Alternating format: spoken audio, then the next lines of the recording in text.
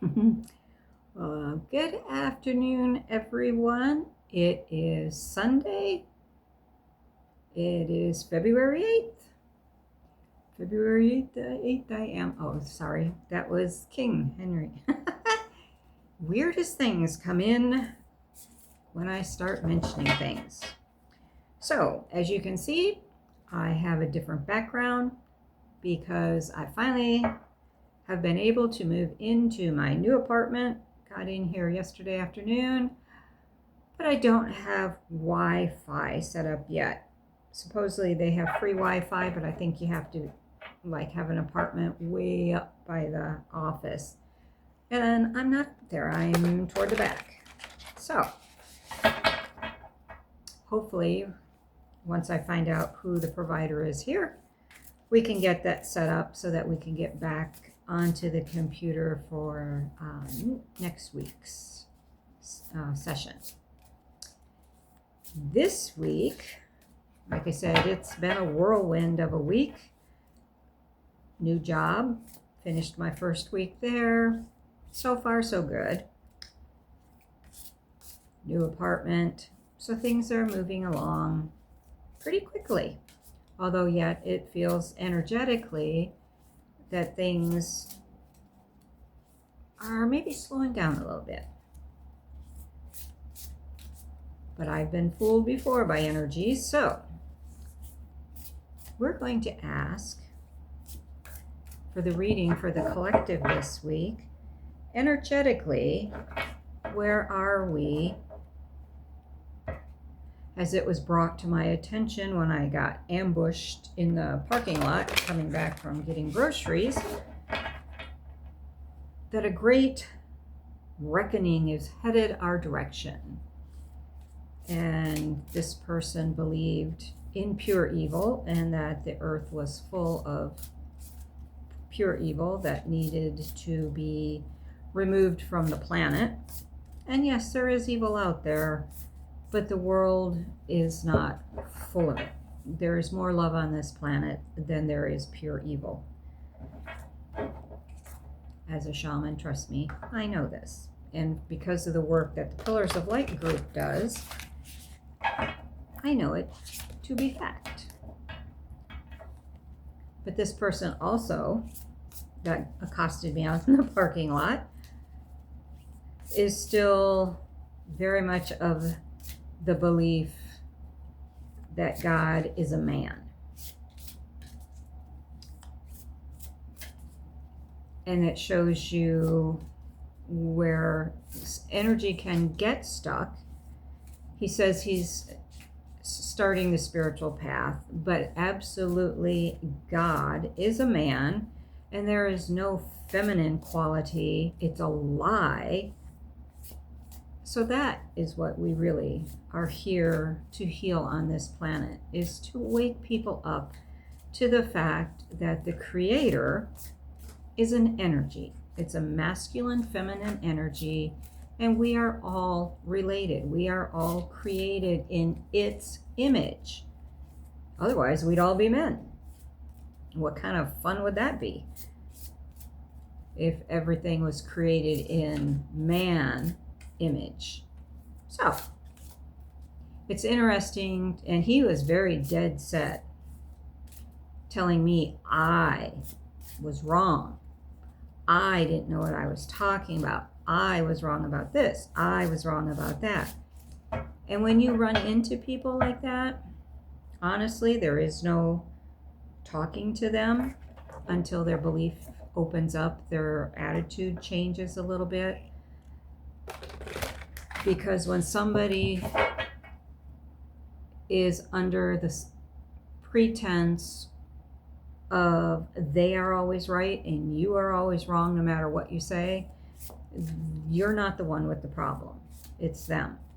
And you can't argue with people like that. So, I changed the subject. Because you can't argue with somebody who refuses to open their eyes to see. But we're going to ask Spirit, today for our reading. Instead of asking what we need to know, what we need to do, what action we need to take, is energetically, where is the planet? Where are we in the ascension process and clearing the darkness off of this planet?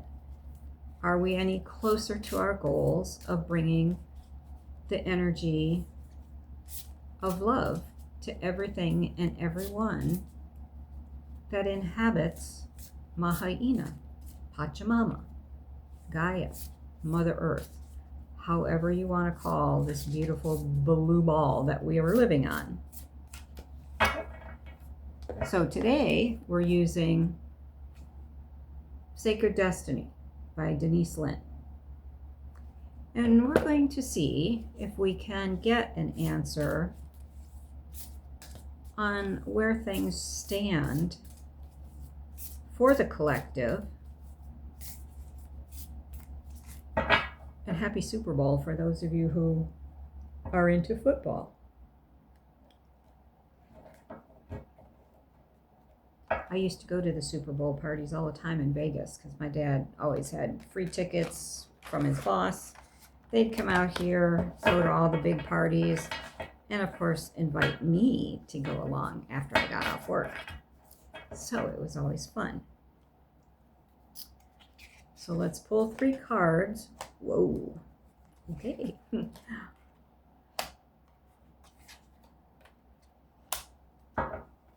Huh. Interesting.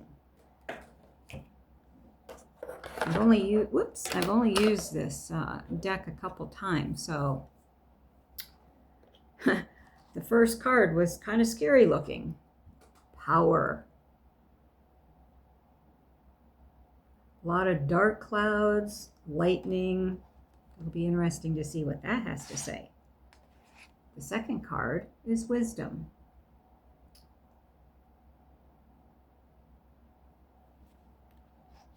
And the third card is release.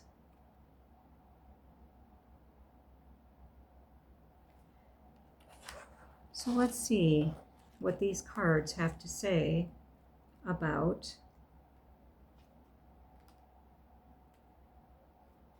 the energies that are going on, what we have to face this week, and how close we are because of all the work we've been doing on clearing the energy, putting more light onto the planet, putting more love onto the planet. How close are we? So the power card, mountain thunder. Like the fist of God thrusting up toward the heavens, the stark, ragged mountain holds firm as thunderbolts crash down on all sides. The sound is deafening as it echoes from mountain peak to mountain peak. Mountains represent strength, power, and permanence, as well as being a potent symbol for attaining spiritual heights as they extend into the sky toward the heavens. Thunder and lightning traditionally represent surging power, enlightenment, and revelations of divine matters. Thunder ignites our deeper self and activates our primal and deep emotions. Together, the mountain and thunder symbolize imminent power, vitality, and strength. The sacred landscape wants you to know this is your time. This is the time to claim your power and step into your potential. This doesn't necessarily mean that you will be without fear. You might feel uncertain, but do it anyway. Be courageous. Let the world hear your voice. Take a stand. Stand up for yourself and for others. Share your passion. Teach from the heart. Write, and your words will have great meaning. Hold your body as if you are incredibly valiant, noble, and brave. After all, you are. Pretty cool. So then we go into wisdom. I know there's a lot of people who think they're very wise, but not maybe necessarily so. Because when you get stuck in a belief pattern, especially with the person this guy was following, who he said was 100% accurate in everything he said, that's why he was murdered. Not really. But when you're a fanatic of a follower of somebody, you have that cult mentality, and it's very hard to break people out of that cult mentality. So this wisdom comes from the depths of the sea. The surface of the sea can be choppy and turbulent, but when we sink down into the depths, our surroundings are completely different. Often there is a stillness below. In other cases, the surface of the sea might be placid, yet down in the liquid blue are a myriad of creatures and a variety of seaweeds. A vast community of creatures is eating, mating, giving birth, and dying. What we see on the sea's surface has very little to do with what is occurring below. The sacred landscape wants you to know things are not as they seem. Look beneath the surface in your life. For example, you might feel that you aren't making progress on a particular project, yet beneath the surface, things are happening. Or you might be going through a stormy cycle. This card is letting you know that even though the surface of your life might be a bit rocky or wobbly, in a deeper place, all is well, and serenity and peace are emerging. Things that may seem challenging will later be revealed to have been the most beneficial. And I think we all have that feeling of choppy on top sometimes, yet Spirit is telling us all is well. And then a few days later, it feels like everything is all well. Well, there's a lot of turmoil actually going on, clearing and cleaning the energy in and around us. So it can go actually both ways. And then we get to the third card, which was release, and it's the autumn light. The cooler days and change of color in the leaves mark the seasonal change from summer to autumn. The bracing wind wildly flings the red, orange, and yellow leaves from the trees as they spiral to the dampened, dark earth. Lingering sunshine filters through the canopy of vividly colored leaves, creating an autumnal glow. In the great cycle of life, fall is the time of letting go. Just as spring is the time of new birth, and summer is the time of expansion and growth, fall is the time of the harvest. It is the time to begin the inward journey into the restoring and renewing season of winter. The sacred landscape wants you to know when you receive this card, it is time to let go and surrender. Let go of situations, people, and objects that do not serve you. Let go of old, outmoded, self-limiting beliefs that drag you down. Wasn't what I said earlier in this take? The beliefs. And when you're so dead set on your belief is the correct one, and if people don't believe what you believe, they're wrong, you're not the one with the problem. They are. And it's time to wake up, let go of those outdated beliefs and attitudes, and really tap into the heart, which is where our spirit lives. So this is a time of stripping away superficial distractions until you reach who you are at your core, which is love, plain and simple. If you are holding onto the old, it is difficult for anything new to come into your life. Begin to clear your home and living environments of clutter. If you don't love it or use it, it's probably clutter. Clear it out of your space. It's time for a detox. To get ready for the new, you must release the old.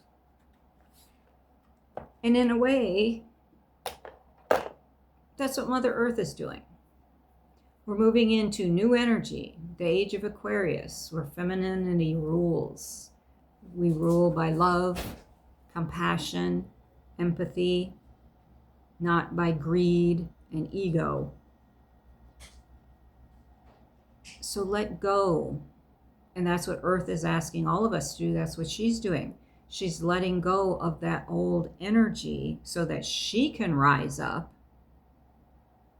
And she's asking us to do our part, because each individual has a part to play. That's why we're here on this planet at this time. We chose to be here at this time.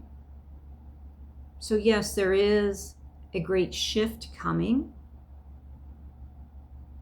but it's not such a shift as what this gentleman out there was trying to tell me, that there was a judgment and reckoning and I forgot whatever other words he was using.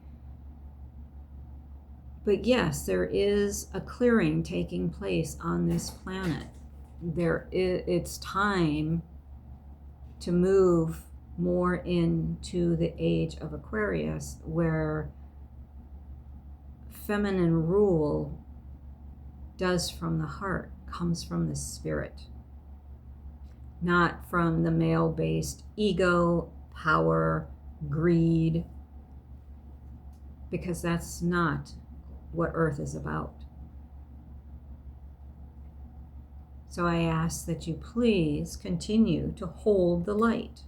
Please keep sending love to planet Earth and to all beings that make Earth home. And again, it's not just the human beings. It's the creepy crawlies, it's the slithering ones, it's the finned ones, the winged ones, the four-leggeds, the two-leggeds. It's everybody. The standing people, right there. The rock people. The water, which we have down here in the river.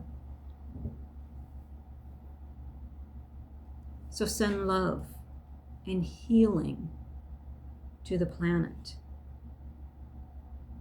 And as her energy shifts and moves upward, your energy will shift and move upward, because it's a reciprocity. You send love to Mother Earth, Mother Earth gives it back tenfold. You send love to the animals send it back tenfold.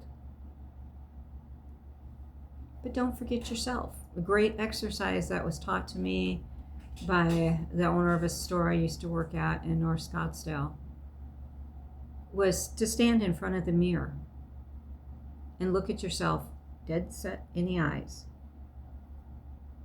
and tell yourself, I love you. Most people can't do that. I couldn't when I first tried it. And as the thing went on, it's like, so you're like yelling at yourself as you're saying, I said, I love you. Did you hear me? Till you're screaming it. And it brings tears to your eyes, because people aren't used to self-love. They're not used to love. A lot of people aren't used to love at all, let alone self-love. And it took a while. I mean, I did the exercise probably every day for a month. And by the end of that month, I had no problem looking myself in the face, in the eyes, and saying, I love you. And I meant it. And I could feel it. And I could see the love coming back out. So this is your challenge if you choose to accept it. Mission impossible, you know. Look in the mirror and see what is being reflected back at you. Because whatever is being reflected back at you is also being reflected out to those around you. So make sure it's love, caring, empathy, forgiveness.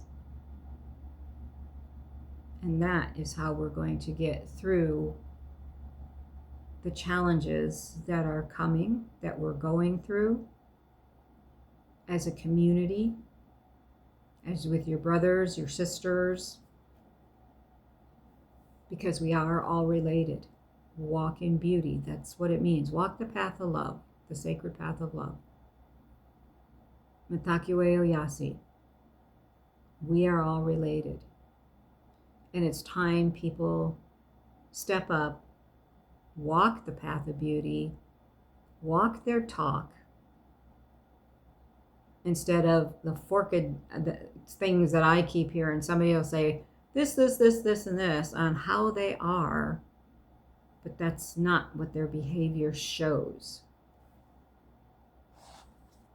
So take back your power from anybody you've given it to, wherever you might have left it, and know that you are a child of the Creator who created you as love.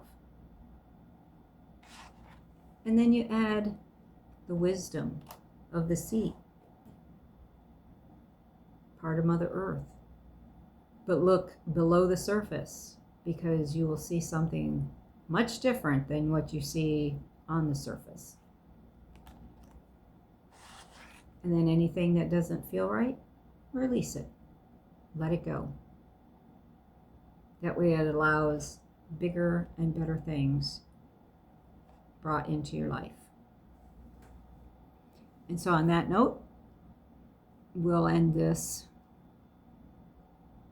reading, little tirade. And remember, if you want to help support the channel, my Ko-Fi link is in the description. And there's also a link to my website, and there's other links in there as well, so that you can keep track of where I am, what I'm doing. But like I did say earlier, I did take a full-time job so that we can build up resources quicker than what was happening, and so that I had a stable place to stay for myself and for Bearheart, who is running around here somewhere. And in the meantime, walk in beauty, my friends. This is Reverend Dr. Elena Skyhawk signing off for now, and we'll talk soon. Bye.